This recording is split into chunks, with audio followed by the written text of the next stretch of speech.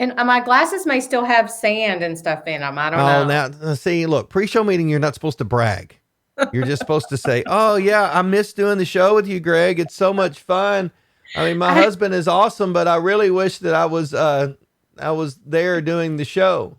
But you've already instead of, ruined that I crap. couldn't find the link and I couldn't find my glasses and I don't even know.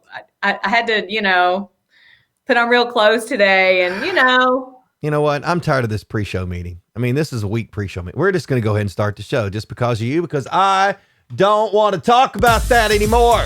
because you want to hear the music. I haven't seen you dance in a week, Janet Clark. It's been longer than a week. I know it has. I miss you more than you miss me.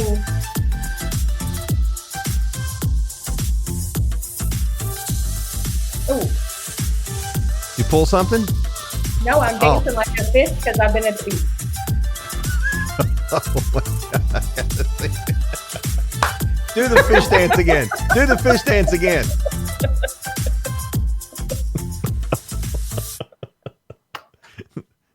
Did Mitch get that all week? Friend. Was that Mitch's thing all week? Like, hey, let's do the fish dance. We're going to the beach. I haven't done that ever. That's the first time I've ever done that, which is even funnier, I think. Oh, it is. Hey, well, welcome in, ladies and gentlemen. Show number 57 of Bacon in Your Mailbox. Or who knows? After What week is hiatus, it's what month is it? hold on, it's October 13th. Yes, that's what it is. That's what it is today. I'm Greg Milby, community storyteller. That is my somewhat tanned and happy, smiling, fish dancing co-host, Jana Clark. Right. Welcome back, Jana. Looks like you had a great fall break. I missed you guys. You know, I missed doing the show last week. How crazy is that? Well, I did too. Yeah, but we needed a break. Though. Yeah, I imagine he's probably out. You know, so yep. I did. I missed it. I was like, okay, this seems kind of weird. Who would have thought back in March that I would be twiddling my thumbs on a Tuesday and Thursday morning at like 9 o'clock, going, well, normally I'd be getting made fun of by Jana right now. So I was going to say, we'd be dancing, we'd be getting caught up. Early voting starts today. Now I feel like, do you know how you do when you plan a trip? You have this list of things that in your brain, they just land in the after vacation pile. Oh, that's after. Oh, that's after. Mm-hmm. So yesterday it was like getting smacked in the face because it was after. It comes back quick. I know. Yeah. But I'm glad to be back. We're glad to have you. Let's get some business taken care of. First of all, let's say good morning to the Baconites. Ken Salee is the first poster today. Good job, Ken. In early. There you go. And Vicky, man, Vicky was ready. Look at that. Nice. I'm not even going to count that bacon. I have no idea how many bacon strips that is. Goodness gracious. Great balls of fire. That's a bunch. There's Brian Dennis from the Award Center. Sandra in this morning. Good morning, Sandra. And the legend. It may be in his own mind, but he's the legend. Jay Hobbs. Awesome sauce.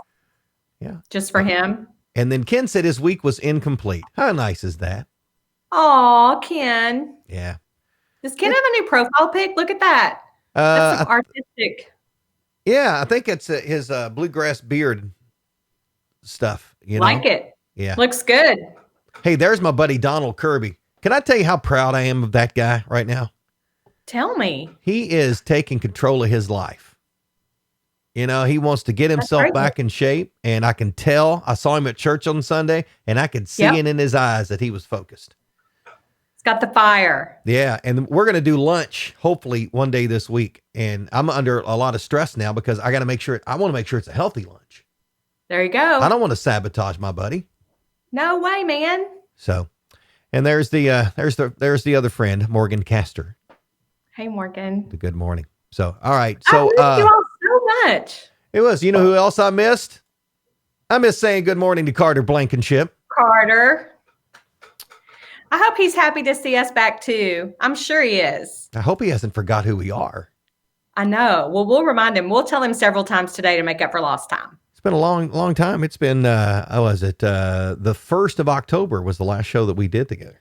Wow. It was summer outside and now the leaves are turning and it's very fallish. And that happened very, very quick. I know. Now, I don't want any wind. I don't want strong rains, any of that stuff right now. I need a little bit of time of nothing but just fall nature beauty. Just pretty. Just pause for a little bit and let us enjoy this season. Yeah. It is my favorite time of the year. Oh, it is mine too. So we went down to Falls of Rough a couple of weekends ago. My race management business partner, one of them did. And we went on their Falls 100 course, and it was already, I mean, the leaves are changing a little bit, but man, I got to get down there this weekend because it'll be perfect. It is beautiful. You know, I love to hit the road, and I don't like to drive, but my husband loves to drive. So it works out very well because I like to just look, and I like to, I don't know. I read a little, I try to keep myself busy, but really I just like to ride.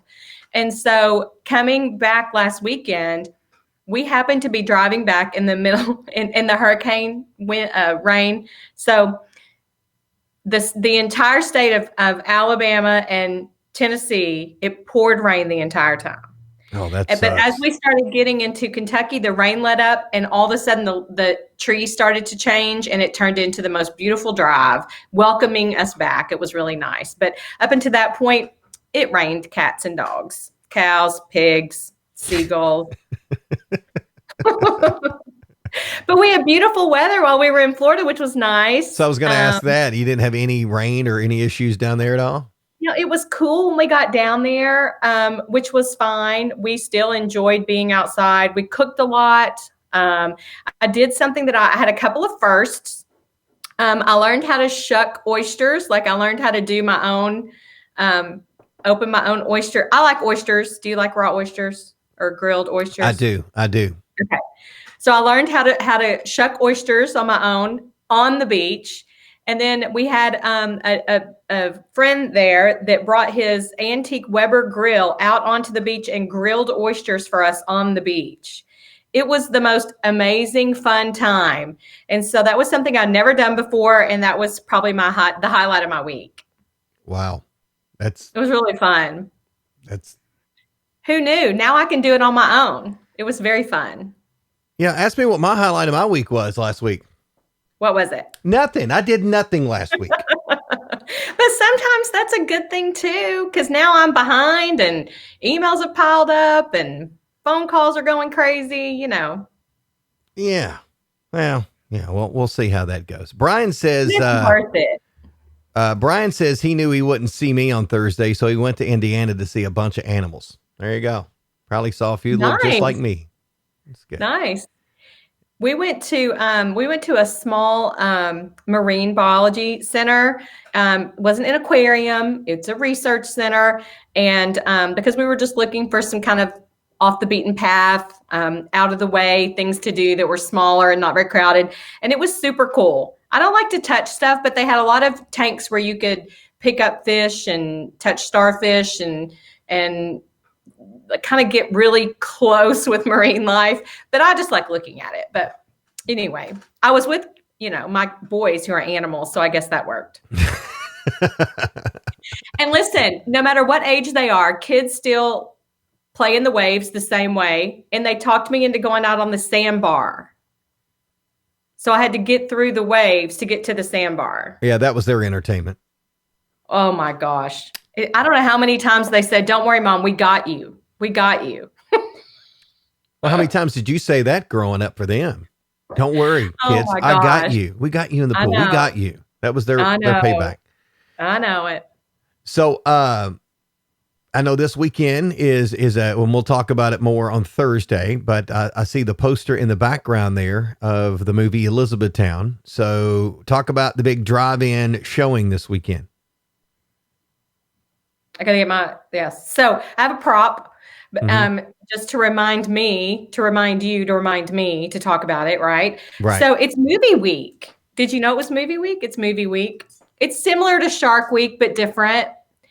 It has been 15 years since the Elizabethtown movie premiered. And so we thought because it's 2020, right? Why not revisit something really fun and kind of quirky about our community? And we all know the magic of Hollywood. It wasn't all filmed right here in Elizabethtown. It has some really cool scenes in it. Some people that were in the movie ended up on the cutting room floor. It's still a really fun conversation piece, and it's something that's unique about our community. And so we're celebrating that with a drive-up movie style. I don't think you can call it a drive-in. I think that's illegal. Drive-up movie style. Why is that illegal? I don't know. But it's too many rules. It's the exact same as that. You just can't call it that or something. But we paid for the rights. It's a professional production. We've rented a huge 40-foot screen, and we're going to fill a field with cars and play the movie Saturday night. So we're inviting everyone to come out. And here's the deal. You can only fit so many cars in that field. So if you are even thinking that you might want to go, please do not wait, because you may not be, if you don't get your ticket ahead of time, there is a limit to the number of people that can get in. Right. And you can't call Jana and they let you in the back gate. That ain't going to work. Not going to happen, because they're the rules, and we have to follow the rules. Yeah. There will be concession. There will be restrooms. Anytime you move out of your car, you have to wear a mask. You can either sit in your car and tune the frequency, or you can put your chair right outside of your car, because we'll be distanced. Mm-hmm. So it's going to be a great time. Yeah. Like I said, the gates open at 6:30. The movie will show when it's dark enough, which will be a little bit after that, 7:20-ish maybe or so. And it's just going to be really fun. Yeah. And, I wish we had the director's cut of that movie.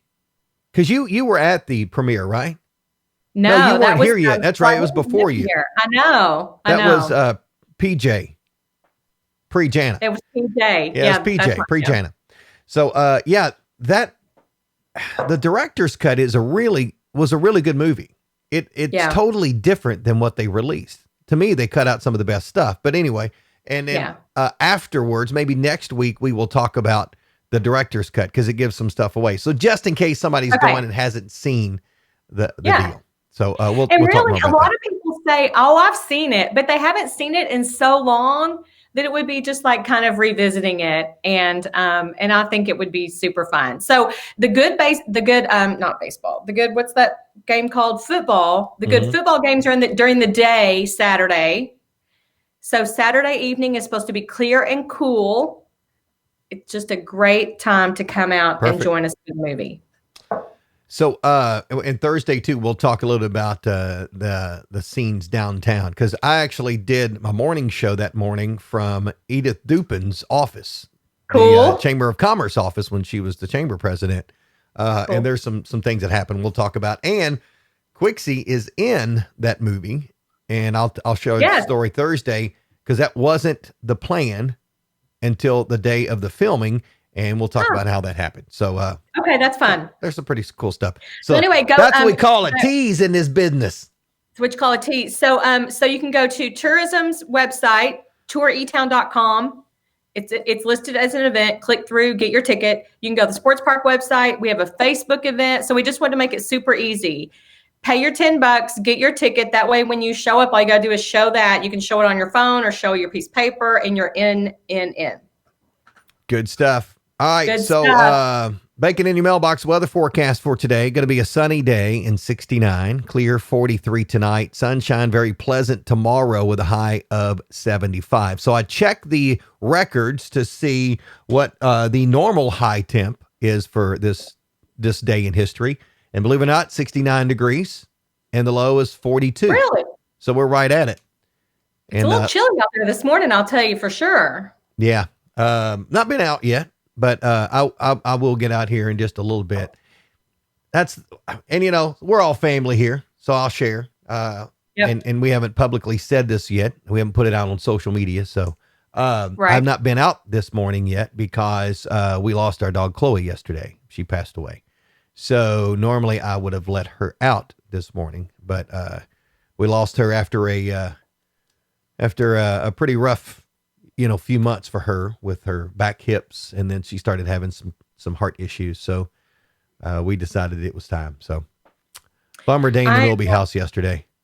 I will tell you that I've met Chloe and I've hung out with her, and she was a sweetheart. She was and a Paris Hilton of boxers. Your family, yeah. Huh? She was the Paris Hilton of boxers. She liked to party. Listen, she did, with the sweetest little face. And I would just rub her on her back, and she would just like sit there and just like literally give me that look like, don't ever stop, don't ever stop. So I'm sorry. My heart goes out to you and your family. It is a very difficult thing to do. Yeah. I don't know. She is smiling down on you. Yesterday during the process, I'm holding her and I'm going, why do we put ourselves through this? But, the memories that we have of her, like March Madness won't be the same without Chloe, because Chloe, as anybody that comes to our house for a gathering, they know we're going to the basement. So Chloe would meet them at the steps like, yo, we're just going down here. You can follow me down. And then during March Madness, she would sit there and just watch the door. Like, I know other people are coming and they're going to want to pet me. So I'm going to be right here at the door. So, she was definitely a big part of our family and our camping buddy. So we have decided that we're going to have her cremated, and we are going to spread her ashes in our backyard and at camp. Yep. So, because that was her two places that she loved. So I think that is so perfect for you all. So, and I'm never getting another dog ever. Yeah. Well, that won't last long. No, it won't. Cause Jennifer's already saying, so. I know, but they just enrich your lives in ways that you just can't describe sometimes. You're right. They were like, when you're sick, they know you're sick. Oh, for sure. And like camping, we love to camp. And some people haven't been blessed with a dog that loves to camp. So we had already started camping when we got Chloe 10 years ago. She was already a year old when we got her. So almost 11 years ago. So when we get her, we're like, okay, how is this going to work up for this? Right. Immediately, she's a camping dog. I mean, like, yo, I'm in. If we hooked the camper up, she would not stay in the house. She had to either she would lay in front of the truck because you're not leaving me, or she'd sit in a 95-degree truck just to make sure that she didn't get left. I love a good camping dog. Yeah. So, but it was been rough. Boxers have this hip dysplasia issue.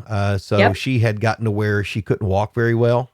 And so we were moving her around, and her quality of life was still good, but not great. And then we noticed that she started to have some breathing issues. So we took her and And don't you think dogs, I mean, we've kind of talked about this before because we consider dogs part of our family. I mean, you know how I feel about dogs is that, don't you think they just start to give you kind of signs? So you start to pay more attention to things. You start to listen a little bit more closely, and you're kind of keeping an eye on them in a different way because they just kind of want to prepare you a little. And I swear that is the spirit of animals. Mm-hmm. Yeah. And they are man's best friend. I mean, for they sure. are. That's one thing. They'd never backtalk you whenever you've got troubles and you want to talk to them, you can talk to them and they just listen. We humans can't do that. Yeah. So, but, so it's a little tough, there's just stuff around, and, so it'll be tough for a while. Yesterday was not easy. Oh my gosh. Hey, if you were in the parking lot at V-Town Animal, I was that dude. So anyway. Greg was that guy. I was that guy. Doing the right thing. Yeah. So, have you seen the video of the hiker/runner that was running through the woods and ran up on a cougar cub? So listen, I asked my kids if that was real. That is legit. Is it really? I'm never running in the woods again. I don't know what I would do. So I was going to upload the video and play part of it, but I'm just going to encourage you after Bacon in Your Mailbox, and it's all over social media now. Right. I think WDRB had it on there. That's where I saw it on their Facebook this morning, but I saw it yesterday. So this guy goes hiking or running. I think he was running, and he encounters this baby cougar. Well, I guess Mama Cougar sees him, and I mean, literally was 6 minutes.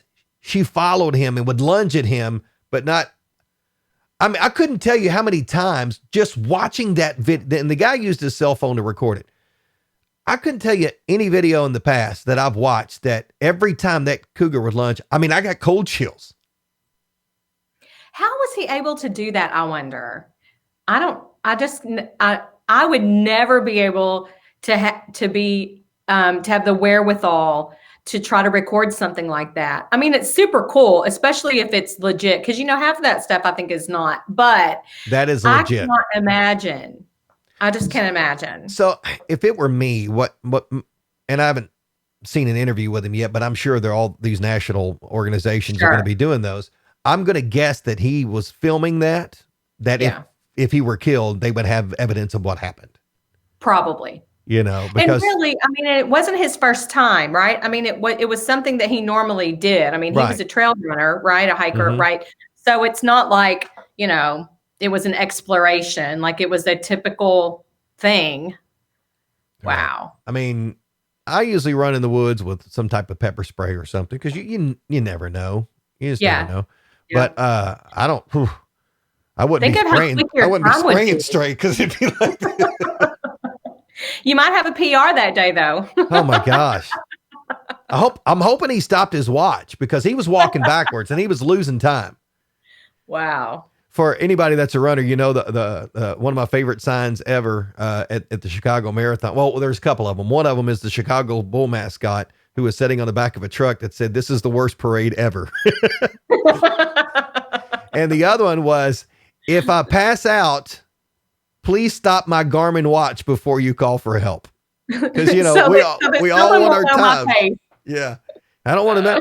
If you ever watch, if you're not a runner, and if you ever see runners get to a stoplight, they always hit their watch. That's because ain't nobody losing time for that. Precious moments. Yeah, but that was an intense video. Wow. And if you haven't watched it, you got to watch it. It's just like wow. I'll go check out the For Real thing. I think when I saw it, it was just on the news or something like that. Yeah. All right. So reasons to celebrate today. It is International Day for Failure. Oh, well, so let's celebrate that. Yeah. Hey, it's not how many times you fall down. It's how many times you get up. Yep. It's a day to show some stupidity, error estimation, awkward moments, and other fails to the world. Welcome to my world. And if you're asking, why would you want to do that? Well, without the possibility of failure, there is no success. They go hand in hand. So there you go. I've got that going for me, at least. It is also Own Business Day to celebrate and pay tribute to independent business owners.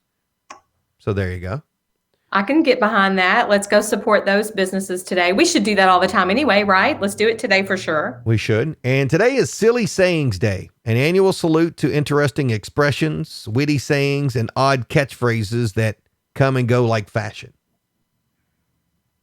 Kind of like coach speech in a way, I guess, right? Well, so I think that there are different phrases that when someone says something, when I say something silly sometimes and someone says, I've never heard anyone say that, I always figure out a way to blame it on something. Oh, you're not old enough, or it's because, that's an Arkansas thing because that's where I'm from, or that's a Southern thing. It's kind of funny how as soon as someone calls me out on something, I find out why I'm saying it. Makes me laugh. Yeah. I remember when I moved from Greene County to Louisville, and it was like the first weekend that we were there, and the neighborhood kids were playing hide and go seek. And the word yonder, we just knew where it meant, you knew which direction they were talking about, all that. That's funny. I didn't realize that was not the word that everybody used. So we're in Louisville and there's a kid running to home base, running to the base. And I was like, he's over yonder. And the dude stopped, looked at me and goes, where's yonder? And I'm going, man, these city slickers don't know what they're talking about around here. It's where yonder is. Don't you know that? I said over yonder.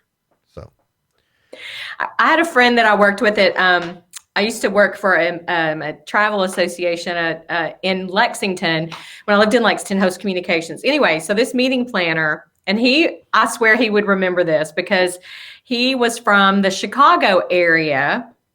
And I said to him that we'll just have to have what I think the equivalent of it was a come to Jesus meeting. And I said, you'll just have to tell him how the cow ate the cabbage.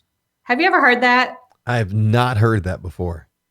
Neither had anyone else, but all of a sudden it became this thing. And I have no idea where I got it, but it's like you'll have to just tell them a thing or two. You'll just have to tell them, like, don't take any of their stuff. Tell them how the cow ate the cabbage. And I don't even know where I got it. Do cows even eat cabbage? I don't even know. I have no clue. No idea. Yeah. But he looked at me like I had 3 heads, and, there you go. He looked at you like a cow eating cabbage, Which I'm used to. So I quit saying that, and I would say come to Jesus meeting, because that everybody knows kind of what that means. Yeah. It's also International Plain Language Day. And I am all for this. It's a day to encourage others to cut through jargon and doublespeak to state things simply and clearly.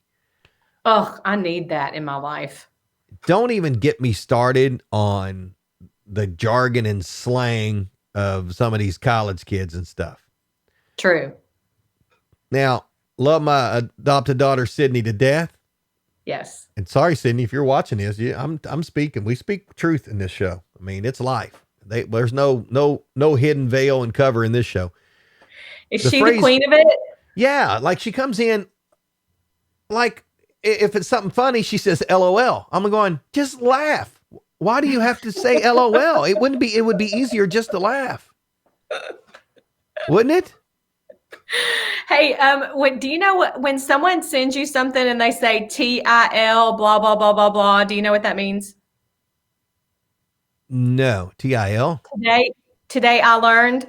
Ah, okay. Well, there you go. TIL.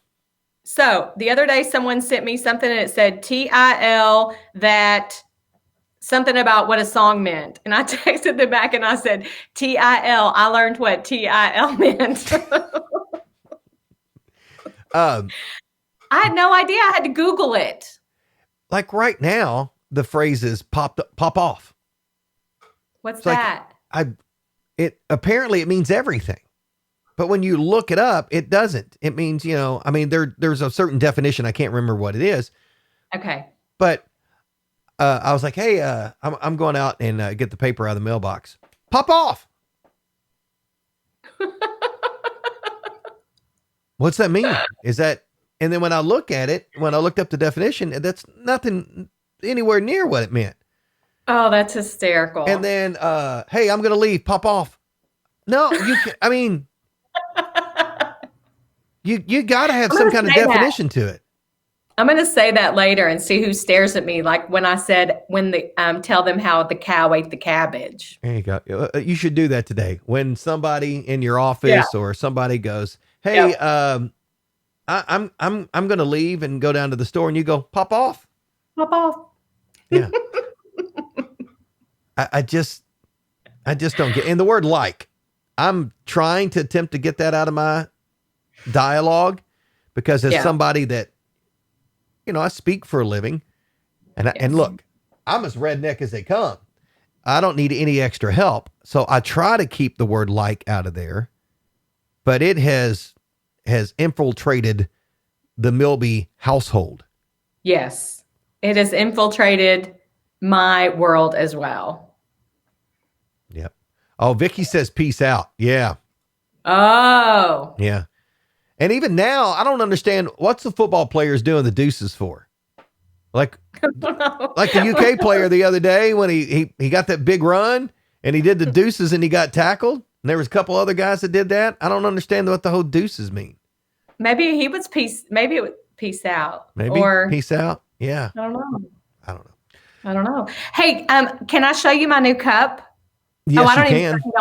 I don't even care if you don't want to see it. I know. Why did you even ask? Pop off. Right? Show us your new cup. I can do whatever I want.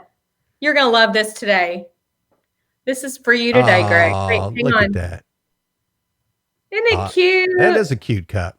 I know. I just looked down and realized that I need to show this to you today. Yeah. I appreciate that, because it's true love. Anyway. So that's good. So how is the dog named after your drinking habit? Big. Tipper is big, cute. Don't they? Yeah. Yes. Oh, it's Tipper. Well, tipsy.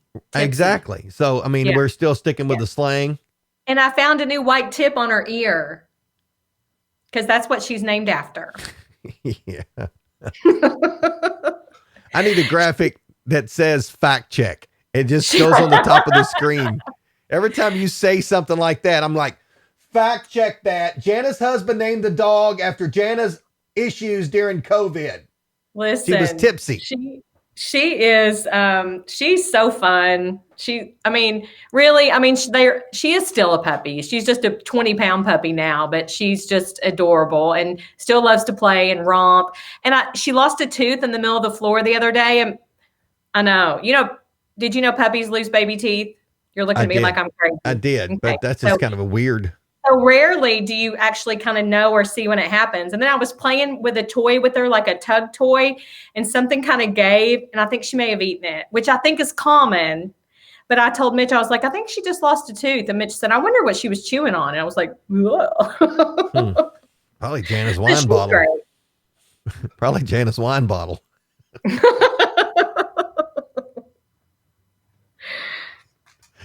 Oh, hey, today is also National M&M Day as we celebrate the M&M, which, by the way, when we do Bacon Bits, it's going to be all M&M facts. That's fun. Yeah. So you eat your M&Ms one color at a time, or you just mix them up? I just go for it. Yep. Yeah, I don't Plain overthink. Peanut. I know there's different variations now, but there's always been plain or peanuts. Yeah. Now, for me, if I had here's the top three, because I know there are other ones now, and I can't keep up with them all. We've talked about that. Again, candy aisle worse than the cereal aisle. Too many choices. Too many. Life should be much simpler than the cereal aisle. I got a T-shirt that says that. Number one for me is the peanut butter M&Ms. Oh, really? Yeah. Oh yeah. They're like Reese Pieces on crack is what they are. They're just bigger and different. Number two, peanut M&Ms. 3, plain M&Ms. What about you? Yeah. I like peanut M&Ms. I hate to tell you this. I don't know that I've had Reese Pieces, but I don't know if I've ever had peanut butter M&Ms. Do you like peanut butter? I do. Yeah. You need to go by that fancy gas station down the street from you and pick up a bag. And get the snack bag. Don't get that little single serving thing. Get the snack. The snack. Because it just won't do it. Yeah. Right. Because you're going to want to share with somebody. Right. So. Too funny. Yeah. Hey, Jim Long says that that's finally a day worth celebrating, M&Ms. Jim, I agree with him. Jim, you don't want to celebrate any other kind of crazy day? He knows some phrases that perhaps, he likes to throw around. I don't think we could say those. They always have to do with cards. That's the only thing he knows how to talk about. But Snickers, what does he say? Snickers, and peanut M&Ms. Well, He's not all bad. I like those too, Jim. Yeah. Hey, you know what? His profile is vote. We should probably also share with people that, just to clarify, in-person voting starts today. Mm-hmm. Starting at 8 o'clock. And go to the county clerk's website to get hours and locations. Right. There are 3 or 4, right? Yes.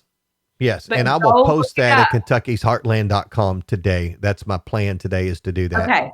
Okay. So don't just head to your polling place and think that that's how it's going to work. You do not have to wait until election day. You can actually vote at any point between now and then. You just have to do a little research because 2020 is different, and everyone can be taken care of. Yeah, early voting today through, and then on the day before election day. And on election day, there are 4, I think, polling places that will be open in the county, and they will actually have. I actually talked to Debbie Donnelly yesterday, and I think she's going to be on the chamber luncheon tomorrow.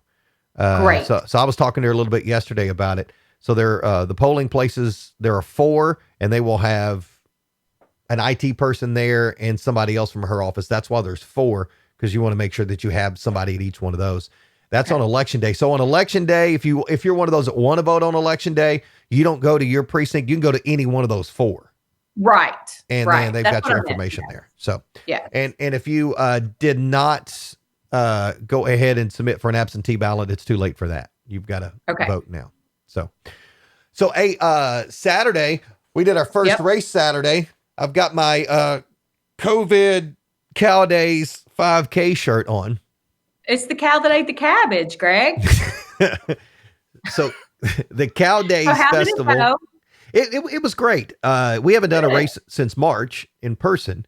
So it was fun just to get out there and do that. And everybody social distance, and it worked out fine. Good. They wanted to do one because it's a 43-year tradition. So Cow Days is normally in September, so they delayed the 5K until this past Saturday. It worked out well, so we were happy with that. We are working on an event, and registration is not open yet, but it will be in the next couple of days. And it gives me a chance to mention this one real quick. So our friends at Casa of the Heartland, they do great work. They have an advocate with kids that are in the court system by no fault of their own, by something going on with custody or parents and things. And so every kid needs an advocate in court, needs somebody there with them and speak for them. And this organization recruits, trains, and helps provide those people. Right now, we have 90 kids without an advocate. They just don't have enough volunteers. So what they're trying to do is to bring awareness to that and to raise funds to help pay for training of advocates. So we're doing a 90 miles in 90 days challenge. So every day that you can walk a mile a day, or you can do it all in one fell swoop if you're an elite runner like that. It's up to you. And every mile, we ask that you dedicate and think about a different kid. So, I think that's fabulous. So it's 90 miles in their shoes. So it's the 90 miles for 90. It's 90 miles in 90 days, and it's $90. And all the proceeds go directly to Casa and the work that they do. You're going to get a nice race shirt. They've got a ton of swag you're going to get with it. And we're going to have a custom medal that you'll get at the end of that as well. So super fun. So how do you get, like, when does this happen? I mean, how do you get registered? Oh, you said it would be soon. So hopefully the registration will open by the end of the week, but I just want to make people aware of that. So the event starts November 1. Okay. And it will go until April 1. So if you start November 1, you got 90 days from that point to finish your 90 miles. Now, if you're somebody that's thinking 2021 is going to be your year, it's going to be the year that you get your fitness game on and you need some motivation, you sign up to start January 1. And we're going to give you 90 days to get it finished. And so you will not only be getting yourself in shape and starting a new commitment for you in 2021, but you're doing it for somebody else. You're going to be committed that time to helping raise money for kids. For 90 kids. Yeah. So love it. So it's cool stuff. That's a great idea. We'll wait and see how that goes. We're waiting to get all the final stuff put together, but it's good. It'll go great. It's hard to sit on something like that. When something like that is coming up, isn't it hard to not tell people? It is so hard. So we'll just keep talking about it because that's great. It's awesome. Yeah. Hopefully by Thursday, we'll have the registrations ready to go. Everything's ready. Cool. We're just waiting on some final approval stuff, because you got to dot the I's and cross the T's, but the shirts look great. The logo's great. I think this will be a fun thing for people to do as families, and it's absolutely, it's $90 and tax deductible stuff. So good thing. I like it. All right. So as we get ready to wrap up the show, because we could go all day because we haven't seen each other in like 13 days. And I know we can't do that because we have regular jobs that actually pay bills. But speaking of, not paying the bills, but they are supporters of the show. We thank you, Stiff Family Farms in Painville, Brian Dennis and the group at the Award Center. I say group, it's just Brian, and then Brian, and then Brian. His big group. Yep. Our friends at Amazing Glazing Donuts and Bluegrass Cellular being our technology sponsor. Last week, Amazing Glazing did not sell out on Tuesday of last week. Well, raise your hand if you're not surprised. Greg, get your hand up. Oh, I'm not surprised they didn't sell out. You know why? They were closed. They were closed last Tuesday. They took a few days off. Greg. But I'm going to go with this because we didn't do a show. Yeah. That's why. All right. So Bacon Bit segment, little fun, little tidbits of life. Today we are going to feature the M&M since it is National M&M Day. So here are 5 facts about the famous, melt in your mouth, not in your hand candy. Okay. Do they still use that slogan? I don't really know, but I never really thought that was true because don't they kind of melt in your hands? Yeah, if you hold them too long. You shouldn't hold them too long. Not meaning, unless you have don't have it. If you're like me, I don't have enough willpower. I just go. Breaking news. They really do melt in your hand. Yeah. So from 1976 to 1985, there were no red M&Ms. Wow. There was the dye color. There was an issue with that. So there were no red M&Ms. Blue M&Ms. You know, they were introduced in 1995. So prior to 1995, there were no blue. That's so funny. Kentucky fans across the world rejoiced in that. 1995 was our year. Yeah. Did you know that M&Ms were taken along on the first space shuttle voyage in 1982? Like as a snack or for scientific research? As a snack. Nice. They are a good road snack. Yeah. You know how many M&Ms are produced every day? You'll never get this. No. Yeah. Yeah. You're wrong, Jana. 3 trillion. How many? 30 billion. Now, 340 million M&Ms are produced daily. Wow. That's a lot of M&Ms. That's a lot of M&Ms. So, and the final little tidbit here, the M&M was modeled after a candy that Forrest Mars Sr. encountered while in Spain in the 1930s. So it's not a unique idea. He observed soldiers eating chocolate pellets with a hard shell of tempered chocolate. So that prevented the candies from melting. That's why they had the hard shell, which was essentially, it was included in these soldiers' rations. So he saw that, brought it back to the States, and that's how we have M&Ms. The history of M&Ms. I thought you were going to tell me why they were named M&Ms. Do you know the answer to that? I should have looked that up, but I will. I'll find out for you because I would just kind of like to know after all this M&M knowledge, because I'm going to be like, do you know why they were called M&Ms? I will tell you on Thursday. That's what we call a bacon bit teaser. Look at you. Oh, well. And you're not the only radio-ish kind of person around here. I'm telling you. Oh, my goodness gracious. All right, ladies and gentlemen, she is the tease. Oh, wait a minute. No, that didn't sound good. Greg. She is Jana Clark, the fish dancing, somewhat tanned promoter of Elizabethtown, the movie, coming Saturday. And more importantly, community admirer. And even more importantly, co-host of Bacon in Your Mailbox.